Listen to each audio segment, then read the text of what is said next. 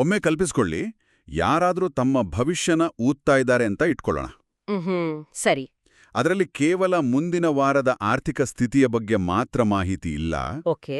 ಅದರ ಜೊತೆಗೆ ನಿರ್ದಿಷ್ಟವಾಗಿ ಇಂಗ್ಲಿಷ್ ವರ್ಣಮಾಲೆಯ ಟಿ ಮತ್ತು ಎಸ್ ಅಕ್ಷರದಿಂದ, ಅಂದ್ರೆ ಟಿ ಮತ್ತು ಎಸ್ನಿಂದ ಶುರುವಾಗುವ ಹೆಸರಿನ ಜನರಿಂದ ಮೋಸ ಆಗಬಹುದು ಅಂತ ಒಂದು ಎಚ್ಚರಿಕೆ ಇದ್ರೆ ಹೇಗಿರುತ್ತೆ? ಅರೆ, ಇದನ್ನ ಓದಿದ ತಕ್ಷಣ ಖಂಡಿತ ಒಂಥರ ಆತಂಕ ಶುರುವಾಗತ್ತಲ್ವಾ? ಎಕ್ಸಾಕ್ಟ್ಲಿ. ಒಮ್ಮೆಲೆ ಬೆನ್ನುಹುರಿಯಲ್ಲಿ ಒಂದು ನಡುಕ ಹುಟ್ಟಿದಂತಾಗಿ ನಮ್ಮ ಪರಿಚಯ ಇರೋರ್ ಪಟ್ಟಿಯಲ್ಲಿರೋ ಆ ಸುರೇಶ್ ಅಥವಾ ತರುಣ್ ಹೀಗೆ ಯಾರಾದ್ರೂ ಇದಾರಾ ಅಂತ ಹೆಸರುಗಳು ಕಣ್ಮುಂದೆ ಬಂದು ಹೋಗುತ್ತೆ. ಖಂಡಿತ. ಮೆದುಳು ತಾನಾಗಿಯೇ ಕೆಲಸ ಮಾಡಕ್ ಶುರು ಮಾಡುತ್ತೆ. ಹೌದು. ಇಂದಿನ ನಮ್ಮ ಈ ಆಳವಾದ ವಿಶ್ಲೇಷಣೆಯಲ್ಲಿ ನಾವು ಇಂಥದ್ದೇ ಒಂದು ಅತ್ಯಂತ ಕುತೂಹಲಕಾರಿ ವಿಷಯದ ಬಗ್ಗೆ ಚರ್ಚೆ ಮಾಡ್ತಾ ಇದ್ದೀವಿ. ನಮ್ಮ ಇಂದಿನ ಮೂಲವಸ್ತು ಮೀನರಾಶಿಯ 5 ಅದ್ಭುತ ದಿನಗಳು. ಅಂದ್ರೆ ಡಿವೈನ್ ಪ್ರಾಸ್ಪೆರಿಟಿ ಫಾರ್ ಪೈಸಸ್ ಅನ್ನೋ ಲೇಖನ. ಹೌದು, ಇದೊಂದು ಜ್ಯೋತಿಷ್ಯದ ಲೇಖನ. ಆದ್ರೆ ನೋಡಿ, ಇದು ಮೇಲ್ನೋಟಕ್ಕೆ ಕಾಣುವಷ್ಟು ಸರಳವಾಗಿಲ್ಲ. ಮುಂಬರುವ 5 ದಿನಗಳಲ್ಲಿ ಮೀನರಾಶಿಯವರಿಗೆ ಕಾದಿರುವ ಶುಭ ಸುದ್ದಿಗಳು, ಅವರ ವ್ಯಕ್ತಿತ್ವ ಹಾಗೂ ಕೆಲವು ವಿಶಿಷ್ಟ ಎಚ್ಚರಿಕೆಗಳನ್ನ ಇದು ಒಳಗೊಂಡಿದೆ. ಮೇಲ್ನೋಟಕ್ಕೆ ಇದೊಂದು ಸಾಮಾನ್ಯ ಭವಿಷ್ಯದ ತರ ಕಂಡ್ರೂ ಕೂಡ ಇದರ ಒಳಹೊಕ್ಕು ನೋಡಿದಾಗ ಇದರಲ್ಲಿ ಅಡಗಿರೋ ಮಾನವನ ಮನೋವಿಜ್ಞಾನ ನಮ್ಮನ್ನ ನಿಜಕ್ಕೂ ಬೆರಗುಗೊಳಿಸುತ್ತೆ. ನಿಜ. ಅಂದ್ರೆ ಇದು ಕೇವಲ ಗ್ರಹ ಮತ್ತು ನಕ್ಷತ್ರಗಳ ಚಲನೆಯನ್ನ ಆಧರಿಸಿ ಮುಂದೇನಾಗುತ್ತೆ ಅಂತ ಹೇಳುವ ಪಠ್ಯ ಅಲ್ಲ. ಬದಲಾಗಿ ಮನುಷ್ಯನ ಮನಸ್ಸಿನ ಆತಂಕಗಳು, ಆತನಿಗೆ ಬೇಕಿರುವ ಸಾಂತ್ವನ ಮತ್ತು ಅನಿಶ್ಚಿತತೆಯ ನಡುವೆಯೂ ದೈನಂದಿನ ಜೀವನದಲ್ಲಿ ಕಂಡುಕೊಳ್ಳುವ ಭರವಸೆಯ ನಡುವಿನ ಒಂದು ಅದ್ಭುತ ಸೇತುವೆ ಅಂತಾನೆ ಹೇಳ್ಬೋದು. ಸರಿ, ಹಾಗಾದ್ರೆ ಇದನ್ನು ಸ್ವಲ್ಪ ಬಿಡಿಸಿ ನೋಡೋಣ. ಈ ಲೇಖನ ನೇರವಾಗಿ ಭವಿಷ್ಯನ್ ಹೇಳೋ ಬದಲು ಮೀನರಾಶಿಯವರ ವ್ಯಕ್ತಿತ್ವನ ವಿವರಿಸುವ ಮೂಲಕ ಶುರುವಾಗುತ್ತೆ. ಮೊದಲೇ ಭವಿಷ್ಯ ಹೇಳಲ್ಲ. ಇಲ್ಲ. ಅವರು ಸ್ವಾಭಾವಿಕವಾಗಿ ಬುದ್ಧಿವಂತರು, ಧೈರ್ಯಶಾಲಿಗಳು ಮತ್ತು ಅತ್ಯಂತ ಕರುಣಾಳುಗಳು ಅಂತ ಇದು ಹೇಳುತ್ತೆ. ಅವರಿಗೆ ಸುಳ್ಳು ಹೇಳೋದು ಅಂದ್ರೆ ಆಗೋದೇ ಇಲ್ಲವಂತೆ. ಇದೆಲ್ಲ ಪಾಸಿಟಿವ್ ವಿಚಾರಗಳು. ಹೌದು. ಆದ್ರೆ ಇಲ್ಲಿ ನನ್ನ ಗಮನ ಸೆಳೆದ ಅತ್ಯಂತ ಪ್ರಮುಖ ವಿಚಾರ ಏನಂದ್ರೆ ಅವರ ಹೊರನೋಟ ಮತ್ತು ಒಳಗಿನ ಭಾವನೆಗಳ ನಡುವಿನ ಅಂತರ. ಅಂದ್ರೆ ಅವರು ಹೊರಗಡೆ ಯಾವಾಗ್ಲೂ ನಗ್ತಾ ಇರೋ ತರ ಕಂಡ್ರೂ ಅವರ ಮನಸ್ಸಿನಲ್ಲಿ ಅನೇಕ ದುಃಖಗಳು, ನೋವುಗಳು ಅಡಗಿರುತ್ತೆ ಅಂತ ಲೇಖನದಲ್ಲಿ ಹೇಳಲಾಗಿದೆ. ಇದು ಬಹಳ ಆಳವಾದ ಮಾತು. ಹೌದು. ಇದು ನನಗೊಂದು ಸುಂದರವಾದ ಹಂಸದ ನೆನಪು ತರಿಸುತ್ತೆ. ಬಾಹ್ಯವಾಗಿ ನೋಡೋಕೆ ನೀರಿನ ಮೇಲೆ ಅತ್ಯಂತ ಶಾಂತವಾಗಿ ತೇಲುತ್ತಿರುವ ಹಂಸದ ತರ. ಎಕ್ಸಾಕ್ಟ್ಲಿ. ಆದ್ರೆ ನೀರಿನ ಕೆಳಗೆ ಯಾರಿಗೂ ಕಾಣದ ಹಾಗೆ ಆ ಹಂಸ ಎಷ್ಟು ವೇಗವಾಗಿ ತನ್ನ ಕಾಲುಗಳನ್ನ ಬಡಿತಾ ಇರುತ್ತೆ, ಎಷ್ಟು ಹೆಣಗಾಡ್ತಿರುತ್ತೆ ಅನ್ನೋದು ದಡದಲ್ಲಿ ನಿಂತವರಿಗೆ ಗೊತ್ತೇ ಇರಲ್ಲ.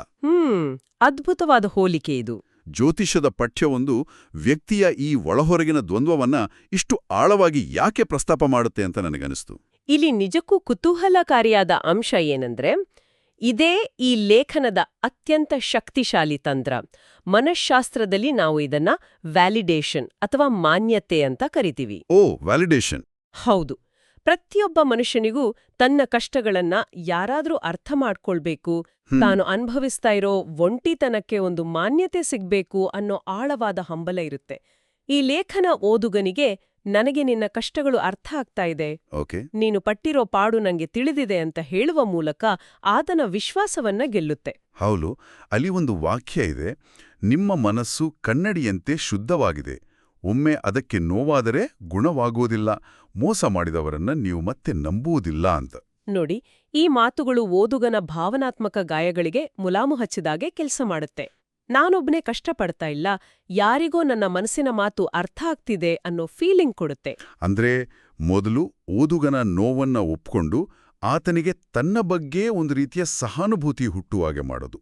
ಇದು ನಿಜಕ್ಕೂ ಇಂಟ್ರೆಸ್ಟಿಂಗ್. ಹೌದು, ಇದೊಂದು ಸೈಕಲಾಜಿಕಲ್ ಹುಕ್ ಅಂತ ಹೇಳ್ಬೋದು. ಈ ವಿಶ್ವಾಸನ ಗಳಿಸಿದ ತಕ್ಷಣ ಲೇಖನ ದಿಢೀರನ್ನೇ ತನ್ನ ದಿಕ್ಕನ್ನ ಬದಲಾಯಿಸಿ ಬ್ರಹ್ಮಾಂಡದ ಗ್ರಹಗತಿಗಳ ಕಡೆ ಹೊರಳುತ್ತೆ. Okay, transition. ರೇವತಿ ನಕ್ಷತ್ರದ 1, 2, 3, 4 ಪಾದಗಳು ಅಲ್ವಾ? ಹೌದು.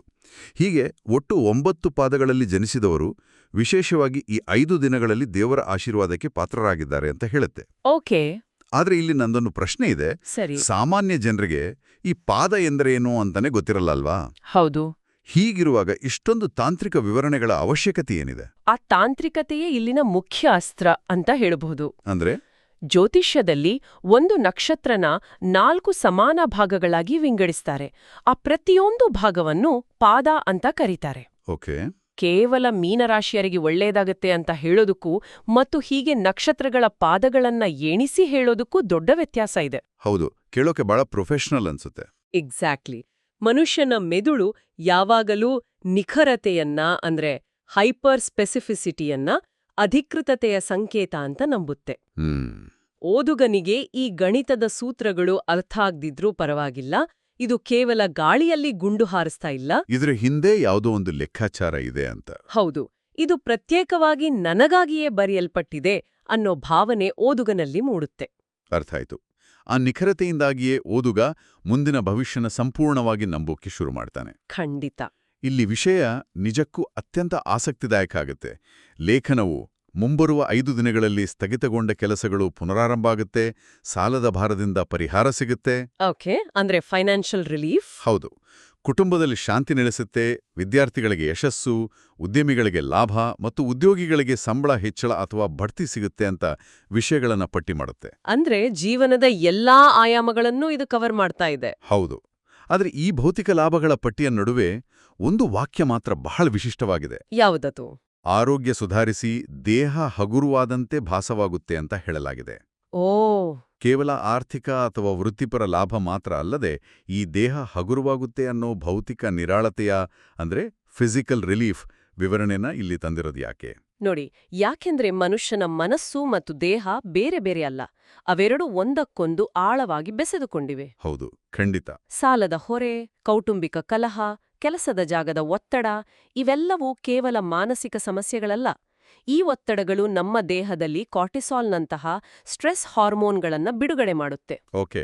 ಇದರಿಂದ ಅಕ್ಷರಶಃ ಭುಜದ ಮೇಲೆ ಭಾರ ಹೊತ್ತಂತಹ ದೈಹಿಕ ಬಳಲಿಕೆ ಸೃಷ್ಟಿಯಾಗುತ್ತೆ. ಅಂದ್ರೆ ನಮ್ಮ ಸ್ಟ್ರೆಸ್ ಫಿಸಿಕಲ್ ಆಗಿ ಮ್ಯಾನಿಫೆಸ್ಟ್ ಆಗುತ್ತೆ ಅಂತ? ಹೌದು. ನಿನ್ನ ಕಷ್ಟಗಳು ಮುಗೀತಾ ಇದೆ ಅನ್ನೋ ಭರವಸೆ ಸಿಕ್ಕ ತಕ್ಷಣ ಮೆದುಳು ಆ ಮಾನಸಿಕ ಹೊರೆನ ಕೆಳಗಡೆ ಇಳಿಸುತ್ತೆ.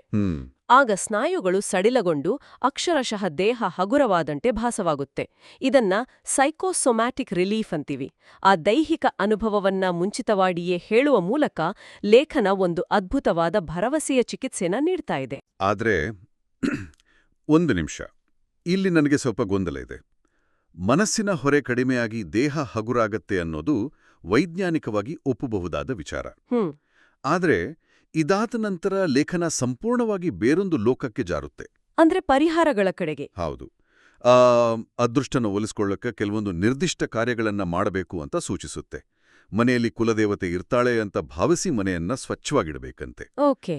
ಮಕ್ಕಳು ಅಥವಾ ಮದುವೆಗಾಗಿ ಕಾಯ್ತಾ ಇಡೋರು ಸತತ 5 ಗುರುವಾರಗಳು ರವಿ ಮರದ ಬಳಿ ದೀಪ ಬೆಳಗಿಸಿ ಮರಕ್ಕೆ 11 ಪ್ರದಕ್ಷಿಣೆ ಹಾಕಬೇಕು ಅಂತ ಹೇಳುತ್ತೆ.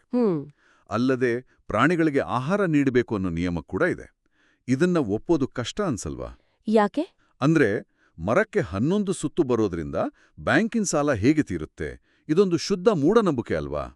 ಆರ್ಥಿಕ ಸಂಕಷ್ಟದಲ್ಲಿರೋ ವ್ಯಕ್ತಿಗೆ ಈ ಆಚರಣೆಗಳು ಹೇಗೆ ಸಹಾಯ ಮಾಡುತ್ತೆ? ಇದನ್ನ ನಾವು ವಿಶಾಲ ದೃಷ್ಟಿಕೋನದಿಂದ ನೋಡಿದ್ರೆ ಮೇಲ್ನೋಟಕ್ಕೆ ಇದು ಮೂಢನಂಬಿಕೆಯಂತೆ ಕಾಣೋದು ಸಹಜ. ಆದ್ರೆ ಇದರ ಹಿಂದಿರೋ ಕಾರ್ಯವಿಧಾನನ ನಾವು ಮನೋವಿಜ್ಞಾನದ ಕಡೆಯಿಂದ ಅರ್ಥ ಮಾಡ್ಕೋಬೇಕು. ಮನುಷ್ಯನ ಜೀವನದಲ್ಲಿ ಬಿರುಗಾಳಿ ಎದ್ದಾಗ, ನಾಳೆ ಏನಾಗತ್ತೆ ಅನ್ನೋ ಅನಿಶ್ಚಿತತೆ ಕಾಡ್ತಾ ಇರುವಾಗ, ಆತಂಕ ಇರುತ್ತೆ, ಆತನಿಗೆ ನಾನು ಸಂಪೂರ್ಣ ಅಸಹಾಯಕ ಅನ್ನೋ ಭಾವನೆ ಕಾಡುತ್ತೆ. ಪರಿಸ್ಥಿತಿಯ ಮೇಲೆ ನನ್ನ ನಿಯಂತ್ರಣವೇ ಇಲ್ಲ ಅನ್ನೋ ಭಯ ಶುರುವಾಗುತ್ತೆ. ಓಕೆ. ಇಂಥ ಸಮಯದಲ್ಲಿ ಈ ನಿರ್ದಿಷ್ಟ ಆಚರಣೆಗಳು ಅಂದ್ರೆ ರಿಚುವಲ್ಸ್ ಮನುಷ್ಯನಿಗೆ ಇಲ್ಯೂಷನ್ ಆಫ್ ಕಂಟ್ರೋಲ್ ಅಥವಾ ನಿಯಂತ್ರಣದ ಭ್ರಮೆಯನ್ನ ಒದಗಿಸುತ್ತವೆ. ನಿಯಂತ್ರಣದ ಭ್ರಮೆ ಅಂದ್ರೆ ಈ ಸಣ್ಣ ಪುಟ್ಟ ಕೆಲಸಗಳ ಮೂಲಕ ತನ್ನ ಜೀವನ ತನ್ನ ಕೈಯಲ್ಲೇ ಇದೆ ಅಂತ ಮೆದುಳಿಗೆ ನಂಬಿಸೋದಾ? ನಿಖರವಾಗಿ. ಪ್ರಪಂಚದಲ್ಲಿರೋ ಆರ್ಥಿಕ ಕುಸಿತನ ನಿಯಂತ್ರಿಸುವ ಶಕ್ತಿ ನಮಗಿಲ್ದೇ ಇರಬಹುದು. ಆದ್ರೆ ಬೆಳಗ್ಗೆ ಎದ್ದು ಮನೆಯನ್ನ ಕಸಗುಡಿಸಿ ಸ್ವಚ್ಛವಾಗಿ ಇಡೋ ಶಕ್ತಿ ನಮಗಿದೆ ಅಲ್ವಾ? ಹೌದು, ಅದು ನಮ್ಮ ಕಂಟ್ರೋಲ್ನಲ್ಲಿದೆ. ಅಮೆರಿಕಾದ ನೌಕಾಪಡೆಯ ಅಡ್ಮಿರಲ್ ವಿಲಿಯಂ ಮೆಕ್ರಾವೆನ್ ಒಮ್ಮೆ ಹೇಳ್ದ್ರು, ಬೆಳಗ್ಗೆ ಎದ್ದ ತಕ್ಷಣ ನಿಮ್ಮ ಹಾಸಿಗೆನ ನೀವೇ ಮಡ್ಚಿಟ್ರೆ ಆ ದಿನದ ಮೊದಲ ಕಾರ್ಯವನ್ನ ನೀವು ಯಶಸ್ವಿಯಾಗಿ ಪೂರ್ಣಗೊಳಿಸಿದಂತೆ ಅಂತ. ಓಹೋ, ಅ ಫೇಮಸ್ ಸ್ಪೀಚ್. ಇದು ಭೌತಿಕ ಪ್ರಕ್ರಿಯೆ. ಇನ್ನು ದೀಪ ಹಚ್ಚೋದು ಮತ್ತು ಮರಕ್ಕೆ ಸರಿಯಾಗಿ 11 ಪ್ರದಕ್ಷಿಣೆ ಹಾಕೋದು, ಇದು ನಮ್ಮ ಗಮನ ಮತ್ತು ಶಿಸ್ತನ್ನ ಬೇಡುತ್ತೆ. 11 ಬಾರಿ ಎಣಿಕೆ ಮಾಡ್ತಾ ಸುತ್ತುವಾಗ ಮೆದುಳು ಆಟೋಮೆಟಿಕ್ ಆಗಿ ತನ್ನ ಆತಂಕದ ಆಲೋಚನೆಗಳಿಂದ ಕಡಿದುಕೊಂಡು ಪ್ರಸ್ತುತ ಕ್ಷಣಕ್ಕೆ ಮರಳುತ್ತೆ. ಇದನ್ನ ಮೈಂಡ್ಫುಲ್ನೆಸ್ ಅಂತೀವಿ. ವಾವ್, ಇದು ನಿಜಕ್ಕೂ ನನ್ನ ಕಣ್ಣು ತೆರೆಸುವಂತ ವಿವರಣೆ. ಮತ್ತು ಪ್ರಾಣಿಗಳಿಗೆ ಆಹಾರ ನೀಡೋದು ನಮ್ಮಲ್ಲಿರೋ ಸಹಾನುಭೂತಿನ ಜಾಗೃತಗೊಳಿಸಿ ನಮ್ಮ ಬಗ್ಗೆಯೇ ನಮಗೆ ಒಂದು ಪಾಸಿಟಿವ್ ಫೀಲಿಂಗ್ನ ತಂದುಕೊಡುತ್ತೆ. ಅಂದ್ರೆ ಸೆಲ್ಫ್ ವರ್ತ್ ಹೆಚ್ಚಾಗುತ್ತೆ. ಹೌದು, ಈ ಎಲ್ಲವೂ ಸೇರಿ ಆತಂಕನ ಶಮನಗೊಳಿಸುವ ಸಾಧನೆಗಳಾಗಿ ಕೆಲಸ ಮಾಡುತ್ತೆ. ಅಂದ್ರೆ ಆಚರಣೆಗಳ ಮುಖ್ಯ ಉದ್ದೇಶ ದೇವರಿಗೆ ಪ್ರಿಯ ಆಗೋದಕ್ಕಿಂತ ಹೆಚ್ಚಾಗಿ ಮನುಷ್ಯನ ಚದುರಿದ ಮನಸ್ಸನ್ನ ಒಂದು ಕೇಂದ್ರಕ್ಕೆ ತಂದು ನಿಲ್ಲಿಸೋದು ಅಂತಾಯ್ತು. ಎಕ್ಸಾಕ್ಟ್ಲಿ. ಸರಿ, ಇಲ್ಲಿಂದ ಮುಂದೆ ಲೇಖನ ಮತ್ತೊಂದು ಕುತೂಹಲಕಾರಿ ತಿರುವು ಪಡೆಯುತ್ತೆ. ಯಶಸ್ಸಿನ ಸನಿಹದಲ್ಲಿದ್ರೂ ಕೆಲವು ಎಚ್ಚರಿಕೆಗಳನ್ನ ಪಾಲಿಸಬೇಕು ಅನ್ನುತ್ತೆ. ಓಕೆ, ಎಂತ ಎಚ್ಚರಿಕೆಗಳು? ವೈಯಕ್ತಿಕ ವಿಚಾರಗಳನ್ನ, ಅಂದ್ರೆ ತಾನು ಏನ್ ತಿಂತಾ ಇದ್ದೀನಿ, ಏನ್ ಮಾಡ್ತಾ ಇದ್ದೀನಿ ಅನ್ನೋದನ್ನ ಯಾರೊಂದಿಗೂ ಹಂಚಿಕೊಳ್ಬಾರ್ದು ಅಂತ ಕಟ್ಟುನಿಟ್ಟಾಗಿ ಹೇಳುತ್ತೆ. ಓ, ಏಕೆಂದ್ರೆ ಜನರು ಅಸೂಯೆ ಪಡ್ಬೋದಂತೆ. ಅನಗತ್ಯವಾದಗಳನ್ನ ತಪ್ಪಿಸ್ಬೇಕು ಮತ್ತು ಯಾರಿಗಾದ್ರೂ ಸಲಹೆ ನೀಡುವಾಗ ಜಾಗರೂಕರಾಗಿರ್ಬೇಕು ಅಂತ ಸೂಚಿಸುತ್ತೆ. ಹಾಗಾದ್ರೆ ಇದೆಲ್ಲದರ ಅರ್ಥ ಏನು? ಆಧುನಿಕ ವ್ಯವಹಾರದ ಭಾಷೆಯಲ್ಲಿ ಹೇಳೋದಾದ್ರೆ, ಯಶಸ್ಸು ಸಿಗೋವರೆಗೂ ಒಂದು ರೀತಿಯ ಸ್ಟೆಲ್ತ್ ಮೋಡ್ನಲ್ಲಿ ಅಥವಾ ಗುಪ್ತವಾಗಿ ಕೆಲಸ ಮಾಡಬೇಕು ಅನ್ನೋ ಕಿವಿ ಮಾತಿದಲ್ವಾ? ಹೌದು. ಇದು ಒಂದು ಪ್ರಮುಖ ಪ್ರಶ್ನೆಯನ್ನ ಹುಟ್ಟುಹಾಕುತ್ತೆ. ಮನುಷ್ಯನ ಯಶಸ್ಸಿನ ಹಾದಿಯಲ್ಲಿ ಸಾಮಾಜಿಕ ಸಂಬಂಧಗಳು ಹೇಗೆ ದೊಡ್ಡ ಅಡ್ಡಿ ಆಗಬಹುದು ಅನ್ನೋದನ್ನ ಇದು ಸೂಕ್ಷ್ಮವಾಗಿ ಎಚ್ಚರಿಸ್ತಾ ಇದೆ. ನಾವು ಗೆಲುವಿನ ಹಾದಿಯಲ್ಲಿದ್ದಾಗ ಆ ಉತ್ಸಾಹದಲ್ಲಿ ಎಲ್ಲವನ್ನೂ ಎಲ್ಲರ ಮುಂದೆನೂ ಹೇಳಿಕೊಳ್ಳೋಕೆ ಇಷ್ಟಪಡ್ತೀವಿ. ಆದ್ರೆ ವಾಸ್ತವದಲ್ಲಿ ಸಮಾಜದಲ್ಲಿ ಎಲ್ಲರೂ ನಮ್ಮ ಯಶಸ್ಸನ್ನ ನೋಡಿ ಖುಷಿ ಪಡಲ್ಲ. ನಿಜ. ಅಸೂಯೆ ಅನ್ನೋದು ಮಾನವ ಸಹಜ ಗುಣ. ಹೌದು.